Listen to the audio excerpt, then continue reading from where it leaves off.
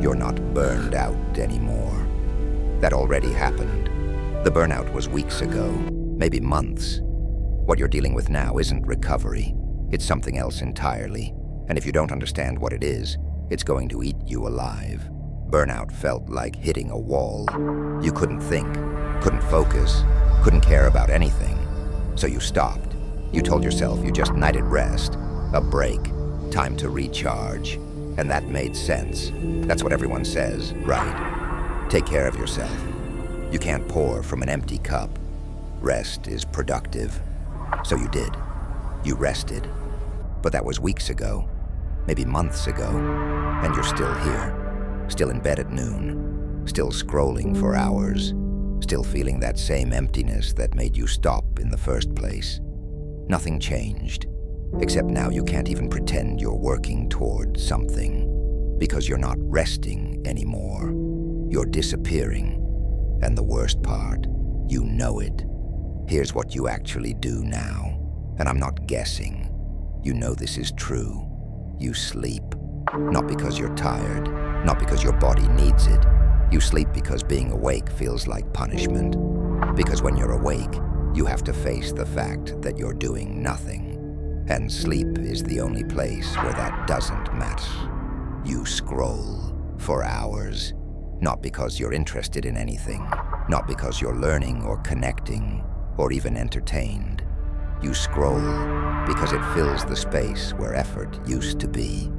It keeps your brain just busy enough that you don't have to think about what you're not doing. You relapse.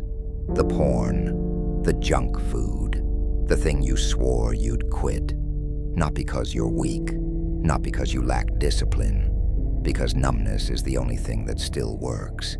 It's the only thing that makes you feel nothing. And right now, nothing feels better than the alternative. You tell yourself, it's temporary. I just need a few more days. I'll get back on track soon. This is just a rough patch. But you don't believe it anymore, because deep down, you know the truth. You're not taking a break. You're giving up in slow motion. Let me show you exactly what happened. After the burnout hit, there was a sequence, and you've been moving through it step by step, even if you didn't notice. First, you lost discipline. You stopped doing the small things, the morning routine, the workout, the work that mattered, and it felt like relief, like you were finally giving yourself permission to rest. Then you lost consistency. One day off became 3. 3 became a week. A week became, I don't even remember the last time and it felt like mercy, like you were finally being kind to yourself. Then the old habits came back, the ones you thought you'd beaten, the porn you swore you'd quit, the scrolling you said you'd control, the sleeping until you can't tell if it's rest or escape. And this time, it didn't even feel good. It just felt like nothing. That's when you knew. Something inside you broke, and you've been trying to pretend it didn't.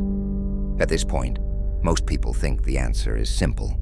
A reset, a fresh start, a clean Monday morning where everything clicks back into place. And for a moment, it almost works. You feel it, that little spark of possibility, that, okay, maybe I can do this. You make the plan, you set the alarm, you tell yourself tomorrow is different, and maybe tomorrow you even get out of bed on time. Maybe you do the thing.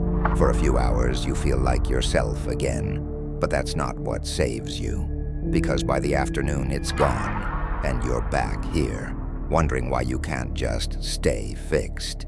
Here's what they told you about burnout. Your body needs recovery. Give yourself grace. It's okay to take time off. Rest is how you heal. So you did. You rested, and rested, and rested, and somewhere in all that rest, you stopped being able to start again. Because rest was supposed to recharge you. It was supposed to give you your energy back, your focus, your drive. But what it actually did was teach you how to quit. It taught you that stopping feels better than trying, that doing nothing is easier than doing something that might fail. that the safest place to be is nowhere at all. And now you're stuck, not because you're lazy, not because you're broken, but because you trained yourself to be comfortable with disappearing. And comfort is the hardest addiction to break. Some of you blame yourselves. You sit there and think, what's wrong with me? Why can't I just get it together? Everyone else can do this. I used to be able to do this. And that voice gets louder, sharper, meaner. So you try again. You wake up early. You make a plan. You open the document. Start the workout. Send the message. You tell yourself today is different. And by noon, you're back in bed. Or back on your phone. Or back to the thing you swore you'd never do again. And the voice comes back. Louder this time. See? You can't. You're not built for this. You're just not strong enough, and you start to believe it. But that's not the real problem. The problem isn't that you're weak. The problem is that you're trying to discipline your way out of something discipline can't fix. You think the problem is willpower. It's not. You think the problem is discipline. It's not. Here's what actually happened. You burned out because you were running on borrowed belief. You didn't actually care about what you were doing. You cared about not failing. You cared about not disappointing people. You cared about proving you weren't weak. But you didn't care about the thing itself. And when the burnout hit, it didn't just take your energy. It didn't just take your focus. It took the lie you were living. Now you're left with nothing to run on. No belief, no reason, no story you tell yourself that makes any of it worth it. And you can't discipline your way out of emptiness. You can't routine your way out of meaninglessness. You can't productivity hack your way back into caring. That's why the resets don't work. That's why the motivational videos stop working after 20 minutes. That's why you keep starting and stopping and starting and stopping, because you're trying to fix the discipline, when the real problem is you don't believe in what you're building. Here's what nobody tells you about post-burnout. Some people rebuild, and some people just stop. They don't make a big decision. They don't quit out loud. They don't announce it. They just start choosing nothing every single day. Sleep instead of work. Scroll instead of create. Numb instead of feel. Avoid instead of engage. And every time they choose nothing, a little more of them goes quiet. That's what's happening to you right now. Not recovery. Erosion. You're not healing. You're fading. And the terrifying part, it's so slow you almost don't notice. One day becomes 3. 3 becomes a week. A week becomes a month. And suddenly you look up and realize you haven't done anything that mattered in so long. You can't even remember what it felt like. You think time will fix this. It won't. You think one day you'll just wake up and feel ready. You won't. Because here's what you don't understand yet. The longer you stay here, the harder it gets to leave. Not because you're getting weaker, not because you're broken, but because you're training yourself to be small. Every day you sleep through, every promise you break to yourself, every relapse, every binge, every 4-hour scroll session where you can't even remember what you looked at. You're teaching your brain that this is who you are now. You're teaching it that effort doesn't matter, that trying leads to failure, that the only safe place is doing nothing at all.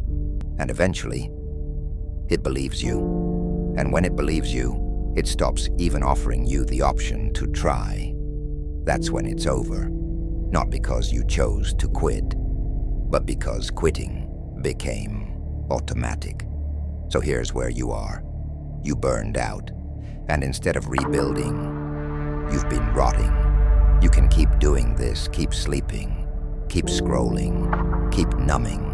Keep telling yourself it's just temporary, that you'll snap out of it soon, that one day you'll just wake up different, and in 6 months, you'll still be here, just quieter, just smaller, just more convinced that this is all you're capable of. Or you can admit what's actually happening. You're not resting, you're not recovering, you're choosing to fade. And the only person who can stop it is the one who's been letting it happen. Now you see it. You can't unsee it. What you do next will tell you whether this ends or whether it quietly becomes who you are. So don't click another video yet. Sit with this and decide if you're done fading or if this ends here.